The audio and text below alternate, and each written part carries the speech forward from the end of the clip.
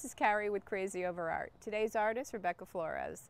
She's quite an inspiration. Let's go inside and meet her in her studio.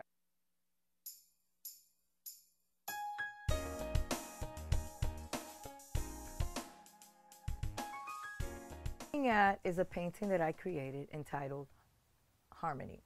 And the reason why I created this painting is it's part of one of my collections entitled Inner Peace.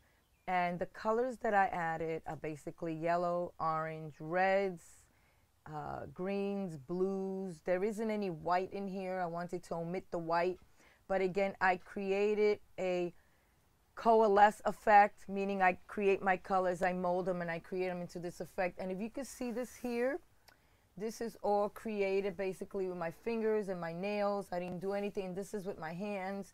I didn't use a brush because some things in life I like to touch them so that I can feel the moment and the truth behind my technique.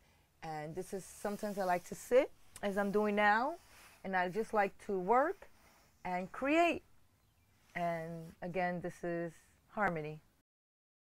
Balance is the key to me creating all the things that I enjoy doing, all the things that I love to do as growing, learning, and aspiring myself. But in order for me to get more inspired, I like to sit here and draw little objects as soon as they come to mind. I sit by my little craft table, look out my little window, and I could not be able to create such beautiful pieces, of course, without my wine. This is sangria. I make my homemade sangria, and I enjoy this, and then I start my creation based on my feelings and the mood that I'm in. Your techniques and your phases, Rebecca, I want you to describe some of them for me. To describe some of my artwork, it's, as I mentioned, it has a lot to do with movement, the tenderness of my hand touching the element of the paint of what I'm going to create, how it's going to evolve, how I'm going to create this illusion for people to be able to stand and visualize what I have created is what I bring about with my art. I want people to put themselves in my painting or in my story. I want them to see the story. I want them to be able to walk away understanding that creating something wonderful is not just about speaking verbally, but creating it in any type of form as long as you're using an artistic approach. So if you look at this painting, it's called Romancing. And it's part of my mental health collection that I created last year in May 2013. This is a 48 by 60. And this is a man, a Hispanic man, playing the sax, and a Hispanic woman wearing a kerchief, sitting with a guitar in her lap.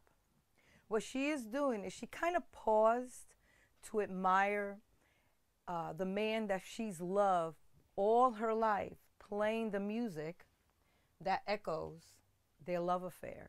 But I need to add that this painting, in February of 2014, won first prize in the Newport Art Museum, which is a juried exhibition out of almost 300 people, which actually was 272 people. I was the only diverse person there. I won first painting and the first award for this particular painting, and it hung till May 5th. So this is Romancing. What we're looking at now is called Sensory Back. That's the title of the painting, and it's 40 by 40.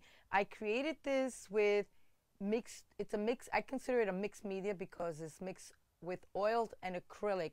People say that you cannot mix oil and acrylic, but guess what? I love to experiment. There's only one way I'm going to ever find anything out is by me experimenting myself.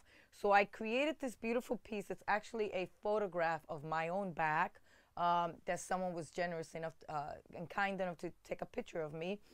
And this is me coming out the shower holding the towel, and it's around here. And I did this with palette knife. It's a palette knife technique, again, very gestural, no pencil, no paint.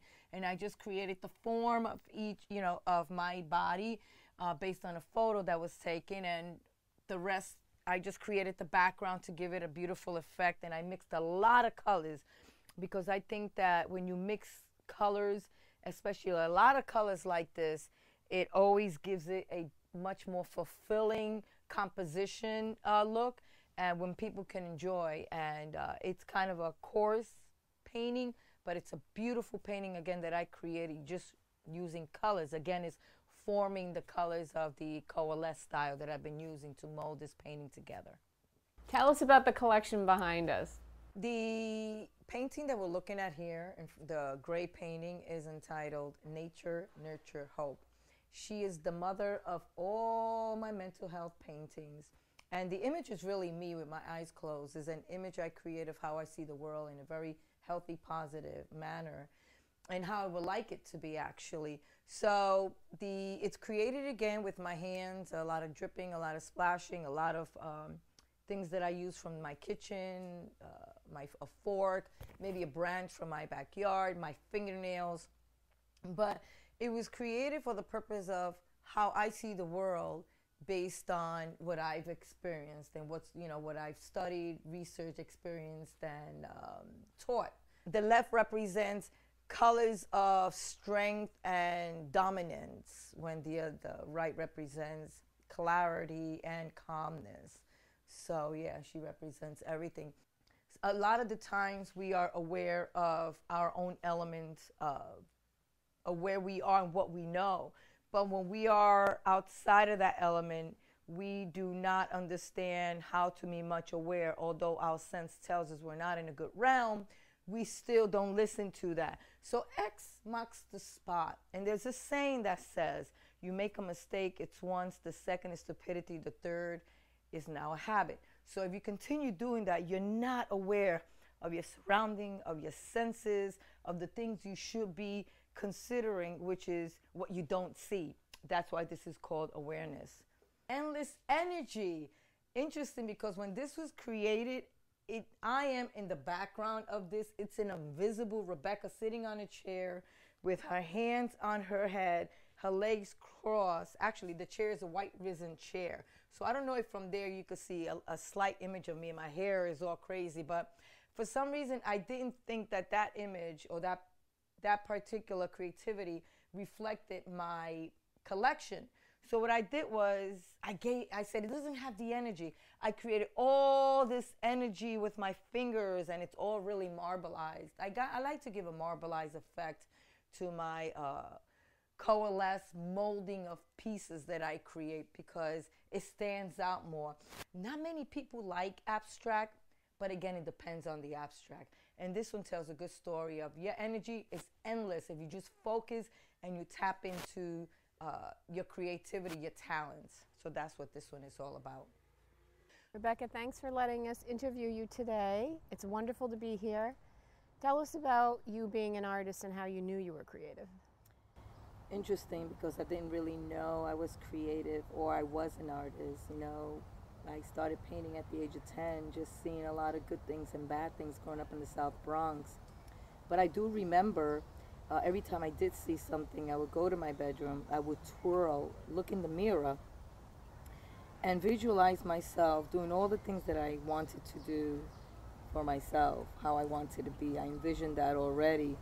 But to know that I was an artist, I had no idea I was an artist until later on in life, because I continued the painting, I continued my poetry, I continued the writing, but I didn't recognize it till later on in life. And usually you don't recognize it until you have gone through some type of tragic, where you can take that talent and that gift that was given to you and transform that into something where everybody can enjoy and view.